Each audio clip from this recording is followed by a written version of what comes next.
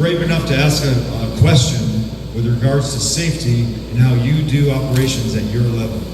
Anybody got a question about how you do your operation safely? All right, go ahead. Come on up. How about this? I want you to ask your question, not to me. Ask your question to your battalion commander. All right, so my question, sir, being in reserve aviation, we have unique challenges for aviation. We have to maintain the same minimums as active duty and expected to maintain the same level of proficiency while only getting paid 1/30th of the pay for that. To add on to that, with AFTP shortages and the expectation that we might not pay AFTPs for 2 months, we are adding a financial burden to a crew member before they ever get in the aircraft. What can we do to mitigate that other than the little bit of leniency we have with RSTs for later drills? That's only going to cover maybe 2 flights at max. So really, you'll have crew members come in who want to make sure they're proficient, make their minimums, but they could have taken off work that day, and now they're thinking about that they're not going to get paid for this flight.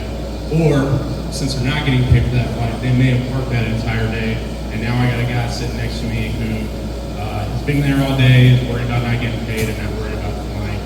So what can we do as crew members to alleviate that? All right.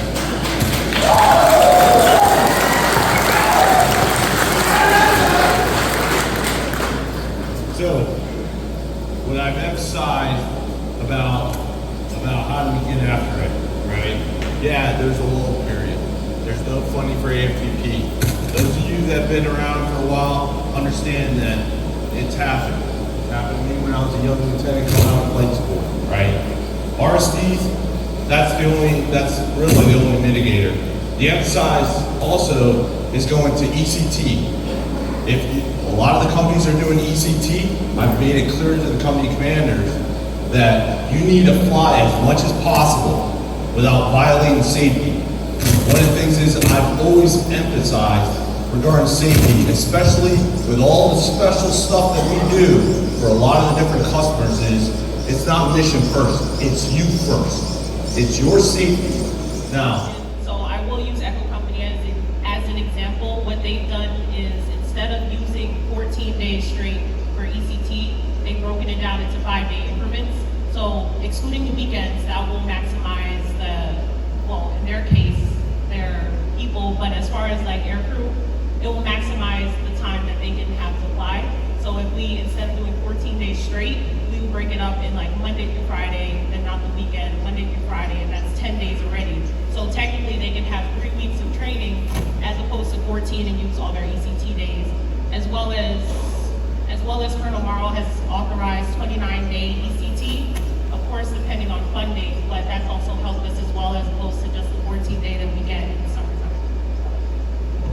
Their orders. Yes, sir. Yeah, that's a big pain in the butt. But I want everyone in the 3 shop, I appreciate what you do, but sometimes if Major Satterthwaite, Colonel Morrow, and Sergeant Major Book say, I need orders for these air crews for these small periods of time, will you help me out? Yes, sir. All right. Also, myself and the G357, if you guys have any ADOS, you are totally authorized to use ADOS without a tour of duty packet for up to 3 days. That's my word. I'm accepting that risk. I want you to be able to use ADOS or ECT and let people come in, because that's TDY money if necessary. And then to Colonel Morrow's doctrine, when you come in, I need you to execute max number of hours. Does that make sense? So use your broken up pieces of orders in order to try and do it. 1 day, okay, but 2 or 3 days is sometimes more effective. Does that make sense? Just in case of weather.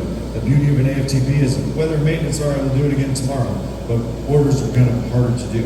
I'm just asking the team to use orders to your advantage. Does that make sense? All right. By the way, as a side note, dear air crews, when do I expect the next plus up of money? Like, I don't have to ask, the money's coming. Any idea when? 30 June, meaning 1 July, which will be a weekend for all of us, so after July 4th. Do I want to wait until July 4th to fly and execute AFTPs and execute our flying hours? Absolutely not. But between now and July 4th, I need everyone to be very creative. The one thing I don't want you to do, we call them IOUs. Here's the 1380, you'll pay it forward. We're trying to also demonstrate, hey, listen, when there's no AFTPs, watch what happens. And what happens is, we can't fly. And when you can't fly, the flying hour trend indicates that we're not flying, and not flying indicates that we're not training, and we want to be back flying and back training. Does that make sense? So I've got to be able to what I'm saying is sometimes everyone will get the urge to be the hero of the battle. You'll use you'll use no point AFTPs, you'll use, just IOUs, and we'll keep the flying hours going, and there won't be a clear indication, a clear correlation between no FTPs and flying hours. Does that make sense? However, what Colonel Morrow said is absolutely correct. The priorities are those people with APARTs, those people with critical missions. And if you're not high priority, if you've already met your minimums, your birth month's not in the next 3 months, you're way ahead of the curve. But when you're behind the curve, it's time to stay on. And you want to know who I'm really, really sensitive about?